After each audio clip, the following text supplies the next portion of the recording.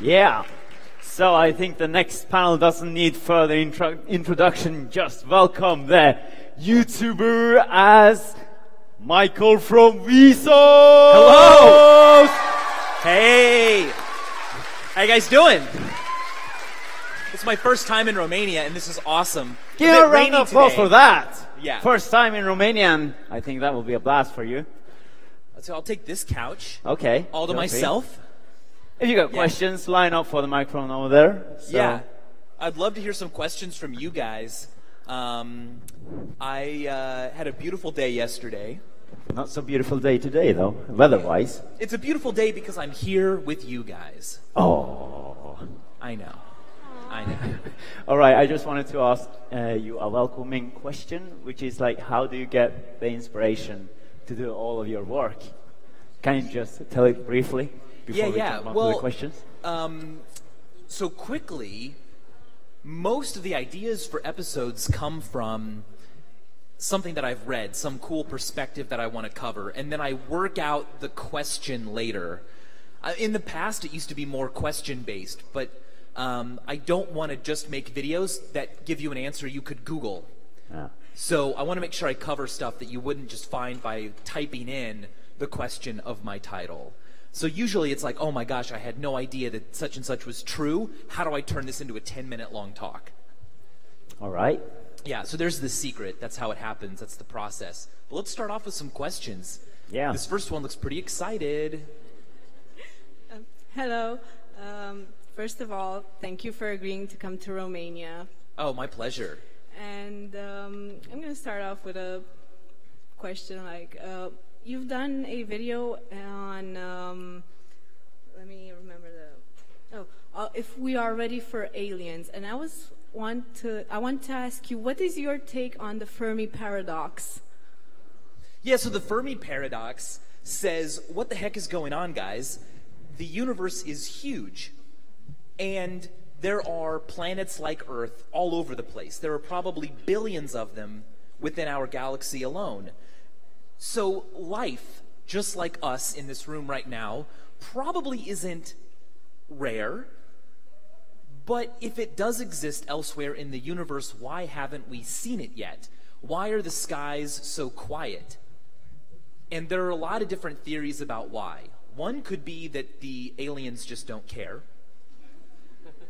Another could be that we're actually living in a zoo, and they're watching us, but from like the other side of the glass.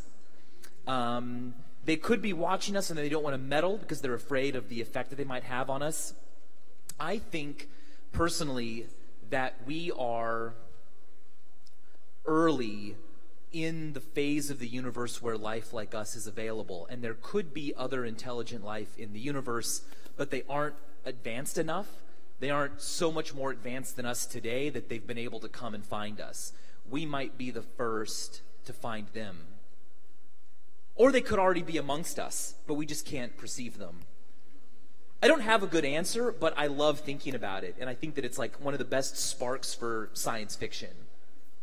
You know, it's quite interesting how you just take everything on the spot. Like you get a question and you use like literally 0.5 seconds and then you just answer the question. Well, I've done an enormous amount of research. Like, I'm not that smart of a person. People often think you would kill at trivia night. But I'm not really a guy who knows a bunch of facts, except for the fact that I've been reading books and researching and writing scripts, like hundreds of these episodes now. But there are still questions I don't have good answers for, and maybe we'll find some today. Like this next one. Yeah, I was about to ask about your researching. How long does it take for you to find everything you need for a video? I mean, I guess you know a lot of things in the background, but I guess you have to search little things as well. Yeah, so my background is in psychology and neuroscience. So that stuff I already have a background in, but I have to do a lot of research. I read an enormous amount of books, and I travel with a lot of books. I mean, I would say 80% of the weight of my luggage is books. Now, could I get electronic versions? Yes. But I like to hold the book as a prop in the episodes. And when you're flying in airplanes, you kind of sometimes have to turn off electronic devices anyway. So the research tends to take about a week and a half. And that's if I'm not traveling. I wish that I could do things faster, but in the current form, the episodes are about 10 minutes long, and they do go all over the place, but that's mainly because I want to make them unique and fun, and not just, well, here, I read a Wikipedia page and this is what it said. I want it to connect things you didn't expect to see connected, and leave you with a message that makes you feel better or more afraid. One of the two. When I write scripts, I imagine that the audience is me when I was 15. What did 15-year-old Michael want to hear? I was, nervous about girls liking me. I was curious about the world, and that's who I write for. But as it turns out, people of all ages and all types enjoy the being curious as well. Yeah. All right. I also wanted to ask another question about how you created the channels, because I know you were the founder, and I wanted to ask, how did you come with this idea? Well, that's a good question, because Vsauce 2 and Vsauce 3 are wonderful channels, but the names are the least creative names possible. Yeah, you did it with a randomizer. I know. Vsauce is a great name, and then I'm like, all right, I've got a great name for another channel, guys. Bear with me. Vsauce 2. So back in the day, back when I created Vsauce 2, everyone on YouTube was making a second channel with the number 2 on it. There was Shane Dawson 2, Brittany Louise Taylor 2. Like, that's just what you did. And in the early days, Vsauce was a video game comedy channel that was not funny, which is a problem if you're trying to do comedy. But the problem is that I was not... It was all my fault. What I was really passionate about was explaining things. So I created Vsauce 2, where you could have the extra content. And there I did episodes about why hot peppers are hot. What's the deepest hole on Earth? And they were a little more scientific. They were a little bit more about conveying information. And those were getting shared really well, and I think that they were a little different than everything else. It was hard to compete in the gaming world, even back then. It is now too. But Vsauce 2 then kind of became where I was really comfortable, and I said, shoot. Okay, I'm going to start doing all of that, but on Vsauce 1. And then Kevin Lieber, who was working with me and totally got what made stuff popular and was making great stuff, I said, dude, you deserve your own channel. How about you take Vsauce 2? And then we said, well, obviously the next thing we need to make is Vsauce 3. And will the next channel be Vsauce 4? I don't think so. Yeah. Vsauce 5. When we started Vsauce 2, there was a conversation. And when I say we, I mean like me and a friend. I said, how about we call it Wsauce and Xsauce and Ysauce? That'll be how we name them. The problem is, though, that the YouTube channel names, Wsauce, like all the letter sauces were all taken. So we had to just put a number at the end. That was one of them. But yeah, I think it would have been, the other channels would have stood on their own better if it was Vsauce, and I'm Jsauce, and I'm Bsauce. But, we've just got the numbers. The next ones, I don't know. I don't want to give away too much, but we've got some pretty exciting ideas. We do have Vsauce. Yeah, I know. It's a great channel. Yeah, Vsauce is, the goal for Vsauce is for it to be a place that celebrates you guys and up-and-coming creators, because the whole reason I got into YouTube in the first place was that I made little videos for the internet back before YouTube was around, and people at College Humor were big supporters, and they emailed me and said, hey, send your stuff to us, and really encouraged me to keep making stuff. And if it wasn't for that, there may not be Vsauce at all. And so I wanted Vsauce to be a place where I can say, hey, I love the work that you're doing, and I want you to see results from that, so I can kind of give back what was given to me back when I first started making stuff online. Okay, thanks. Thank you. Hello. Hello. Wait. Yeah, round of applause. Yeah. Good question. Please limit yourself with one question only. One question. One question only, guys. How did you meet Jake and Kevin? I met Kevin through YouTube.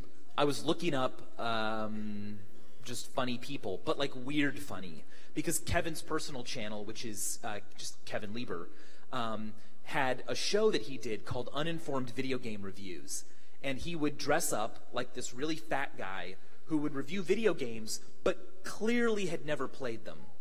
And I remember in one review of a Mario game, he said, "So Mario's got this dog named Sushi, and it's Yoshi, and he just doesn't know what he's saying." I thought it was hilarious. So I emailed him and said, "Hey, I would love for you to do stuff on Vsauce, and hopefully we can like collaborate together and grow both channels."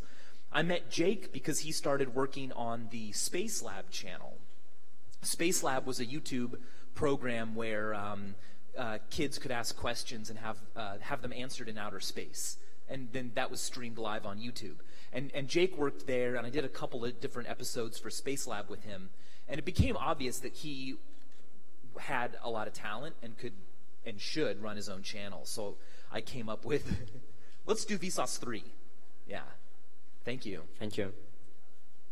Hello. Hello. How's it going? Pretty good. My question is not so sciencey, but in every video you have I'm sorry. I'm being told I should switch couches. Why? You're gonna leave? Nope. I'll be right back. Okay. So I'll hold down his couch while he's gone. You know what? I bet he's going to go start Vsauce 4 right now. Okay, sorry. Okay, so in every video you have this moment where it gets interesting, and a certain song starts playing in the background. What is that song? Well, okay, you mean the song that's like... Darude Sandstorm. Yeah. Okay, next question.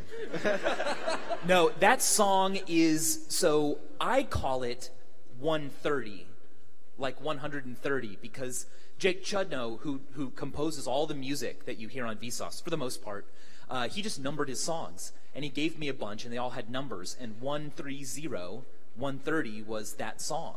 But it turns out that now he's given it a name, and now it's called Moonmin. Okay. Yeah, so you can look it up. It's on his SoundCloud, and now he's on a music label called Block, like Vice's music label, and he's released Shona and the Prelude to Shona, which are, you can hear in the Disco Ball Moon video I did. What if the moon was a disco ball? What would nighttime look like? And that's like an official song now. I played it on BBC Radio just a couple of weeks ago.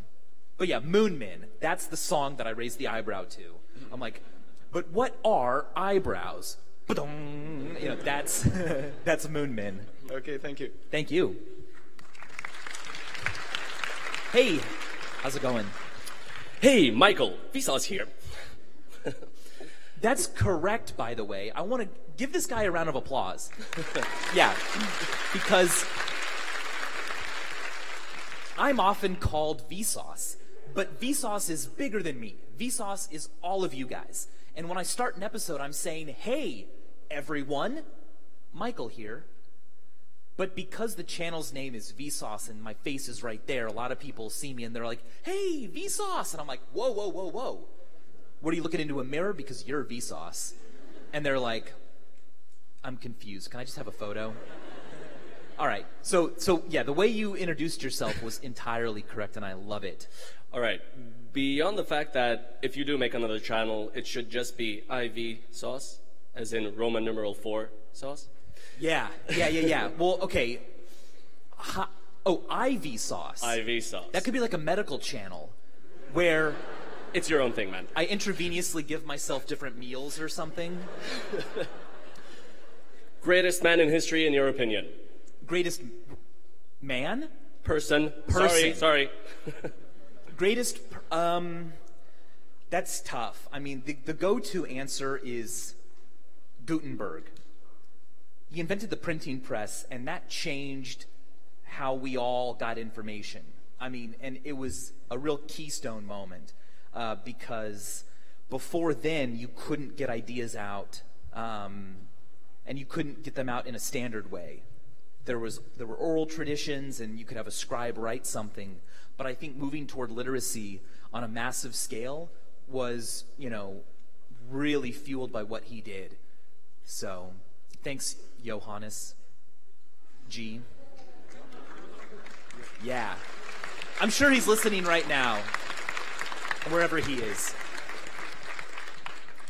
Hey, Vsauce, Victoria here. Hello. I've got only one question.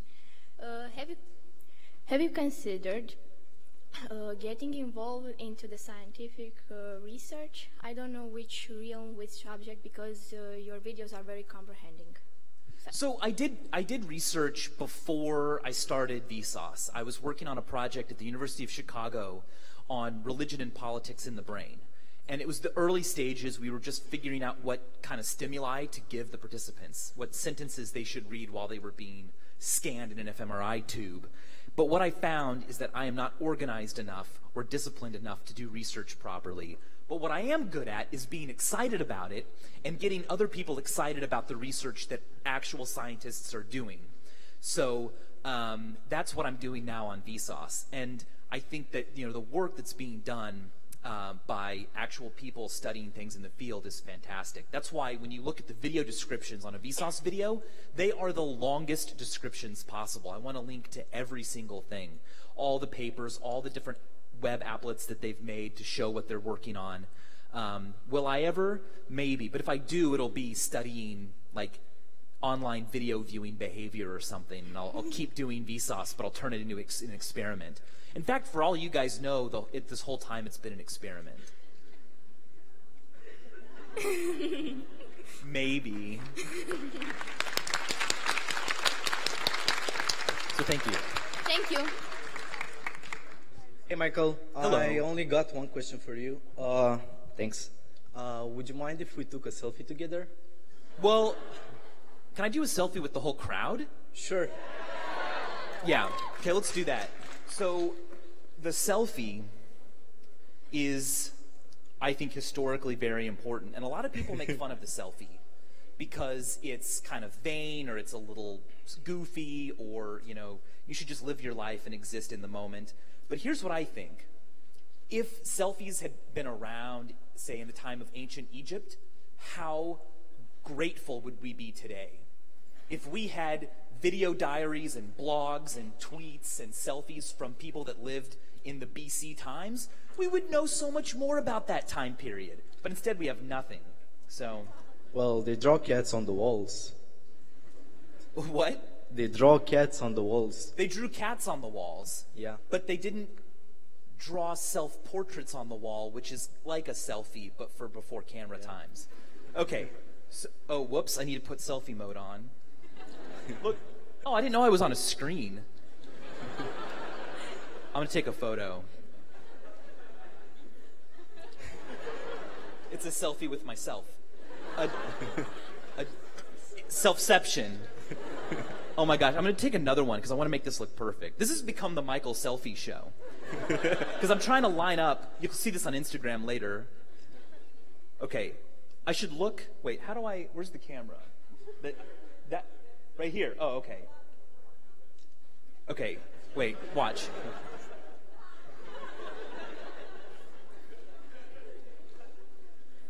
Okay, that's embarrassing. Let's take one together, though. I'm going to put the microphone down.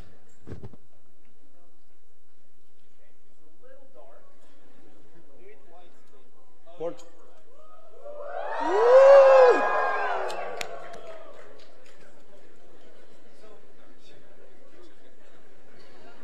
It looks awesome, by the way, but asking the question, what is your name?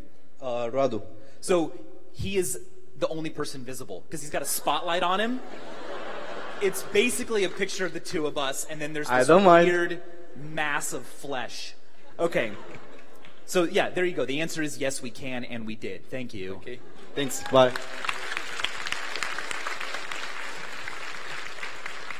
Hi, Michael. Hello. I've got a pretty weird question. Do you believe in God? Ah, good question. So that's something that I'm hoping to do like a documentary on. I think it's a bigger question than a 10-minute episode could be. And you have to define God. And there are many, many ways to approach that subject. So I don't want to give away an answer yet, which I know is a sad response, but there's definitely interest in that question, right? Yeah. No? Yeah. So I've been reading a lot of books and doing a lot of research on the best way to approach it. So all I can say is stay tuned. Yeah. Good question. Hi, Michael. Hello. So, when you start this whole YouTube thing, especially the scientific part, did you expect it to become so famous? No, not at all. It was a very pleasant surprise. I didn't know that so many people would be curious about stuff. When I first did episodes about why hot peppers are spicy, I thought people would say, this is so boring, please don't do this. And I now I'm almost like, how boring of a topic can I pick and have it still be cool? And it turns out that the answer is everything. No matter how boring something is. In fact, I'd like to take that on as a challenge, but I haven't gotten anyone to like greenlight the idea of a show that's literally called I Bet I Can Make You Care. Mainly because you're setting yourself up for failure. People are going to say, I don't care. You failed. But even the way paint dries is interesting. And 60 Symbols, the physics YouTube channel, did a video on this, and it's incredibly complicated. So even proverbially boring activities, watching grass grow, watching paint dry, are actually incredibly complicated and mysterious, and who would have thunk? I'll wait the grass episode. Yeah, so wait for the grass episode. I'm not going to do it next. I'm actually filming my next episode tomorrow here in Romania. Yeah. Yeah, so we're looking through a bunch of really cool locations at the moment, and I'm looking forward to it. Hey. Hello. So you already answered the questions. Where do you get your stuff and the God one? I wanted to ask you, on your behalf, which moment of history do you think it's the most important of human history? Which one do you think that shaped Earth and humanity as it is? Well, great question. Thank you. It's what moment? Moment in history, such as, I don't know, World War II. I think that the invention of sedentary lifestyle. Now, and what I mean by that is, like, we cease to be nomadic. So, like, way tens of thousands of years ago or more, where people started to be able to say, we're going to stay right here. And that moment may have preceded the invention of a lot of things, even containers. Maybe not containers, but I think that is really where we became completely different. And the notion of a home and the notion of ground being sacred and nature being important in like belonging to people as opposed to being a separate thing that didn't belong to anybody. I know that that's like a weird answer because it's some undateable time in the past, but I was reading Bill Bryson's book, Home, At Home, and I was just really struck by, wow, I never thought that like one of the most seminal moments in human history was when we all of a sudden didn't have to move around. So it's kind of like agriculture, you know, about when that was created. And I think that's really impacted what we are today more than anything else. Even Gutenberg, sorry, wherever you are. Thanks, man. Yeah. Hello. Hi, Michael. I actually sent you an email with this question, but you ignored it. Yeah. Well, I knew that I would see you here, so yeah. I figured we'll do it face to face. So you said most of your songs are composed by some guy. I forgot his name. Jake Chudnow. Okay. But I heard a track on the video with headlights and the speed of light that I also heard on some Discovery Channel documentaries. Ah, yeah. And I was really curious what that track was because I really like it, but I can't find it anywhere. Well, I don't know all the tracks that were used in that, but a lot of the music, well, all the music that doesn't come from Jake comes from audionetwork.com. Like we just have a license with them and we can use their music. So I don't know what the song was called, but I can check your email. I'll check my email, but also for everyone out there, I will look at that video and I'll try to update the video description to have names of the songs. It's sometimes hard to get them because they actually just exist on Audio Network. But yeah, I mean, shout out to Audio Network. They've got pretty good music, actually. Like, stock music usually doesn't have people coming and asking about it. It's usually just forgettable. Because if it's not a Jake Chudnow song, it might be. But if it was also on History Channel, then it probably isn't, unless he's cheating on me with history. Yeah. Okay. Thanks. Yeah. So look forward to that, like in the next day or so. Hello. Hey, in the 5-second rule video, did you really eat that banana? Yeah, I did. Is the 5-second rule true? I drop food on the floor and then I eat it after 5 seconds, and of course it's true because I will do anything on camera. It gives all this courage because even if I died, it was at least recorded. Okay. And people were watching. Like, I've always been amazed by that. I did a lot of stage acting, and I would just find myself doing things that I would be completely scared of doing if people weren't watching. But there was something about the attention that gave me all this courage, which is like the opposite of stage fright. It's like, I'm afraid to do that thing. Could 1 million people watch me do it? Because then I will do it. Okay. And can you give me an autograph? Yes, I will after this show, because there's a signing that I'm doing. And I brought some stickers, first come, first serve. I don't know the details about it, though. I'll give you the details after his show. Okay, thanks. Yeah, awesome. See you there.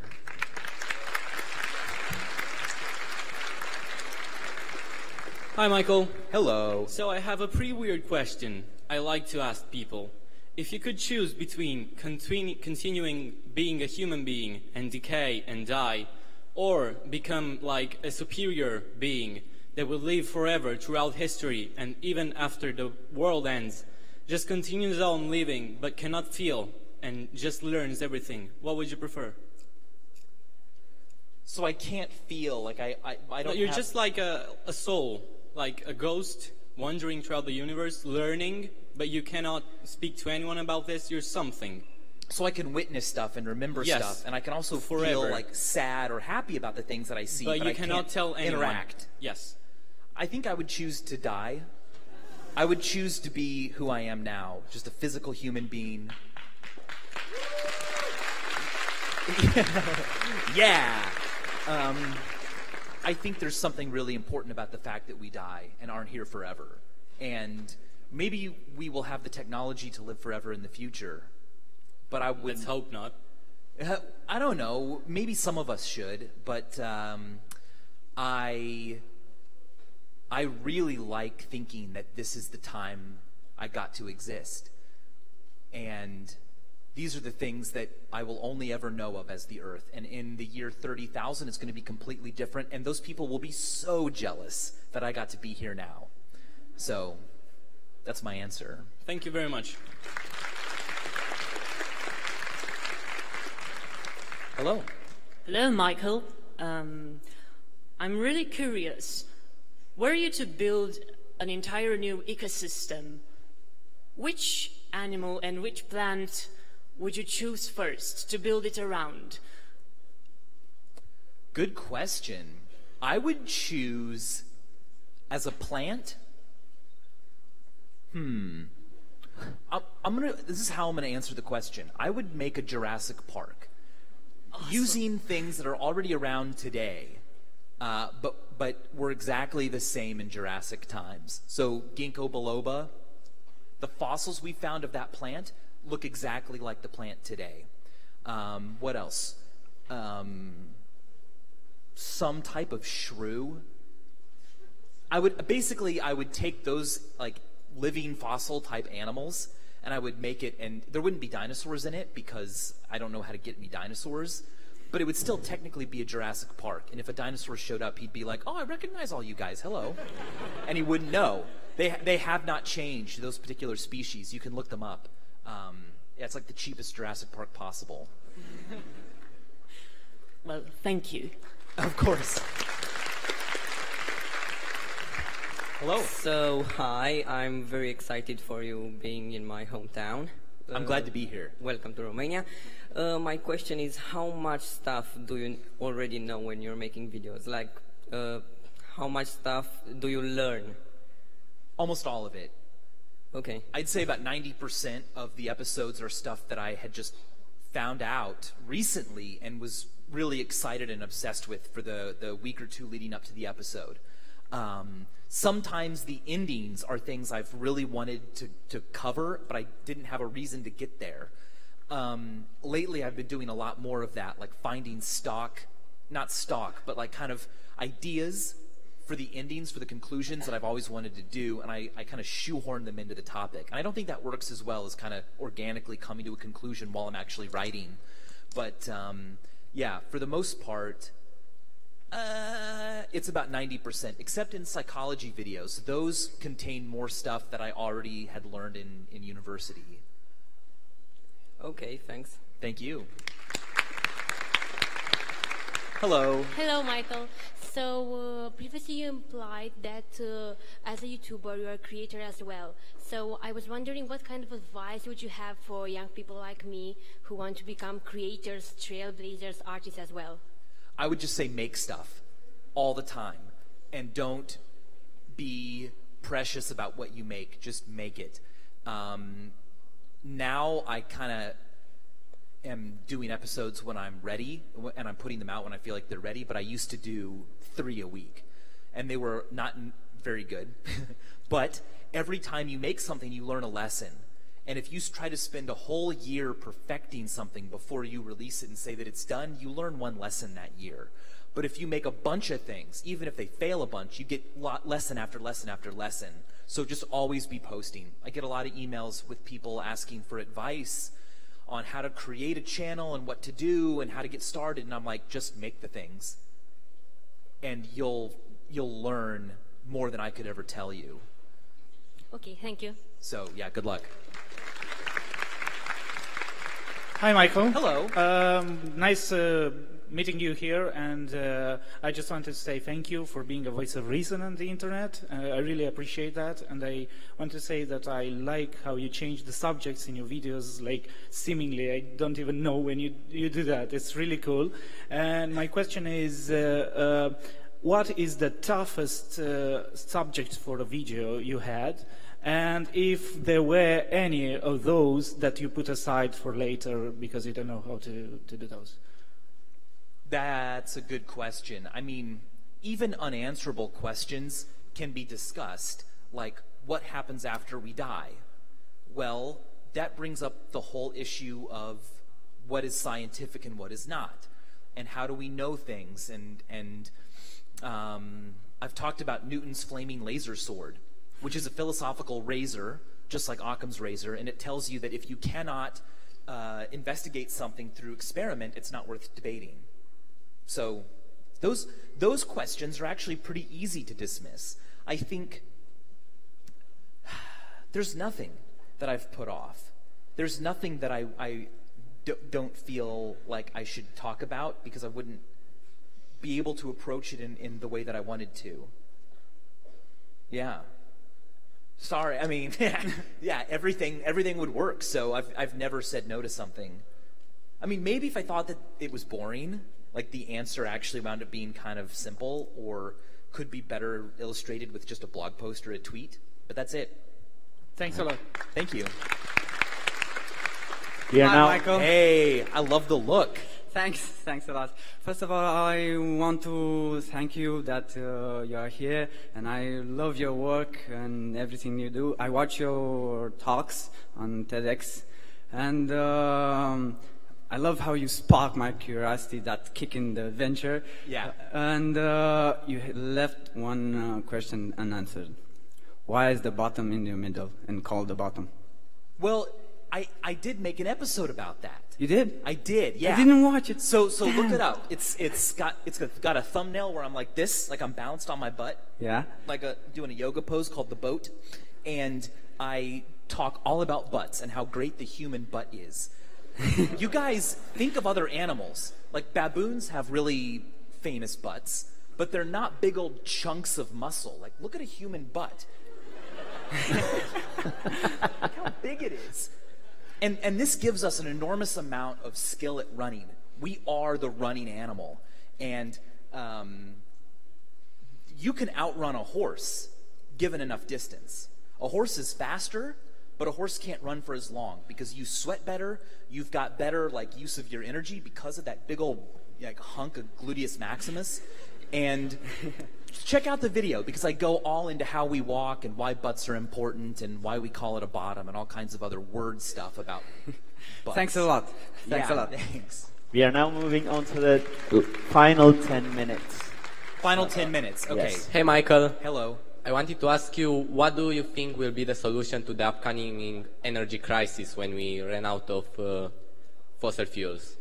I don't know exactly what it's going to be, but what Tesla's working on is, just seems so obviously the future. I think that in our lifetimes, we're going to look back at having to charge devices and having to get fuel, and we're going to be like, that is so retro. Yeah, and I think batteries are going to get better and better, and I think we're going to have remote charging, like a Wi-Fi signal or a radio frequency signal that will just charge your device. And you won't have to have cables plugged into walls and all this kind of ridiculous stuff. Thank you. I want to go a little faster because I want to say hello to as many of you as possible. So I want to speed it up. Hey, what's up? May I ask you something? Yes. Can you come near the stage so I can give you my phone and you take a selfie with me? Please. But would that be unfair to everyone else? I don't know. All right, so come on up. I don't know how you can safely come up, though. The organizers might say no, because this is a really big drop. We could do a selfie like this, yeah. So, here we go.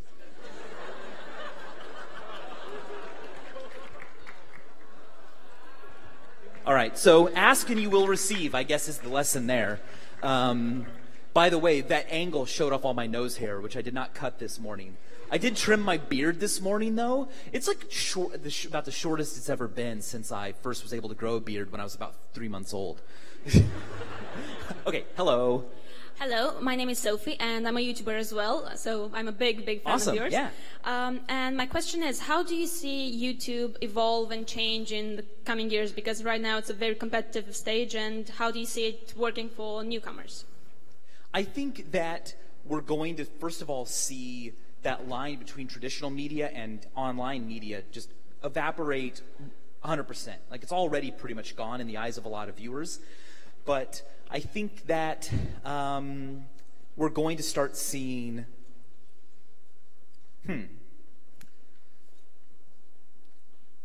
it probably will get more and more competitive, but there'll be a new embracing of the niches that exist and the little sub-communities that can exist, and they'll find ways to be more sustainable without having to just have the largest view counts possible.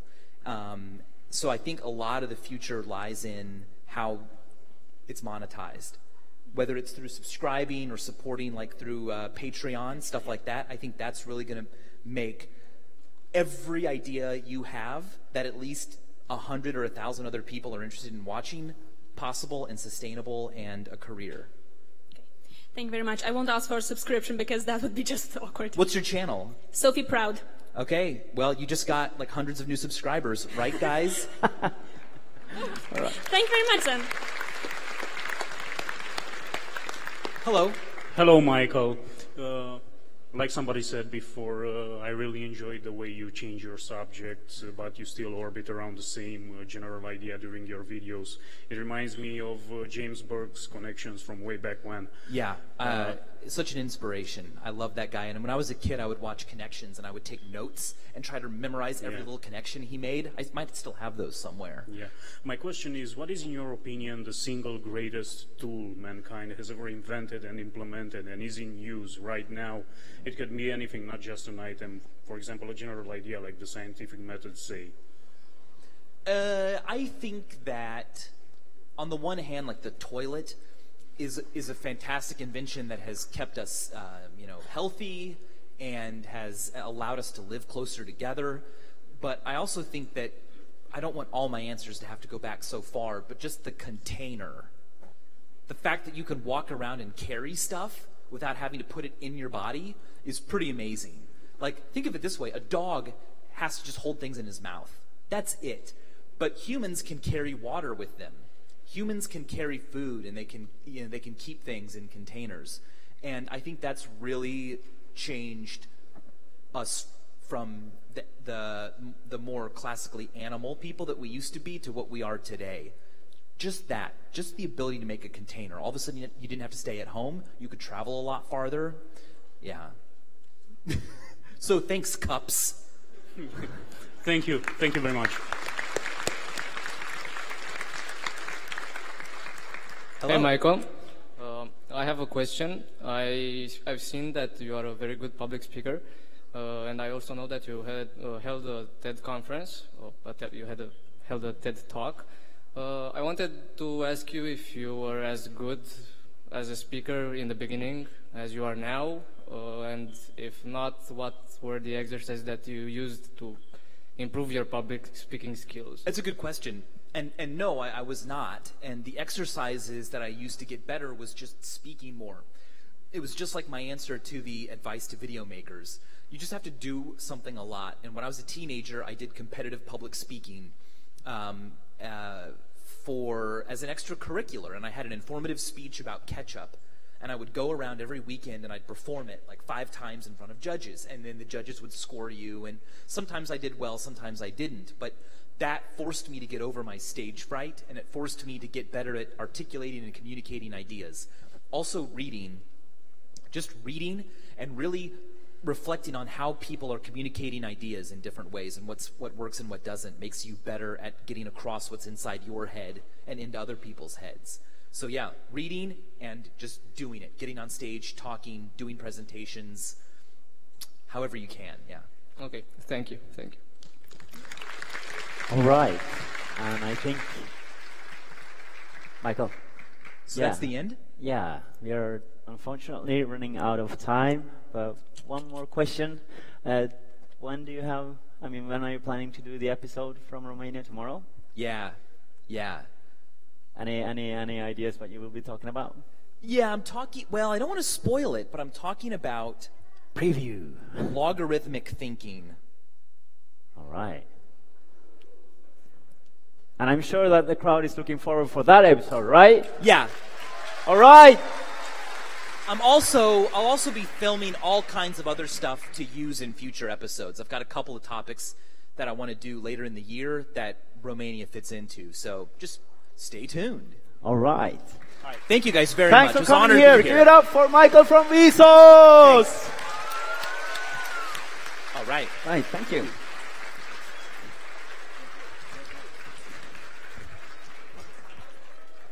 Oh yeah, of course. Don't forget his autograph session. That will be outside here at Dan Starkey's booth. So if you want an autograph from Vsauce, go there now.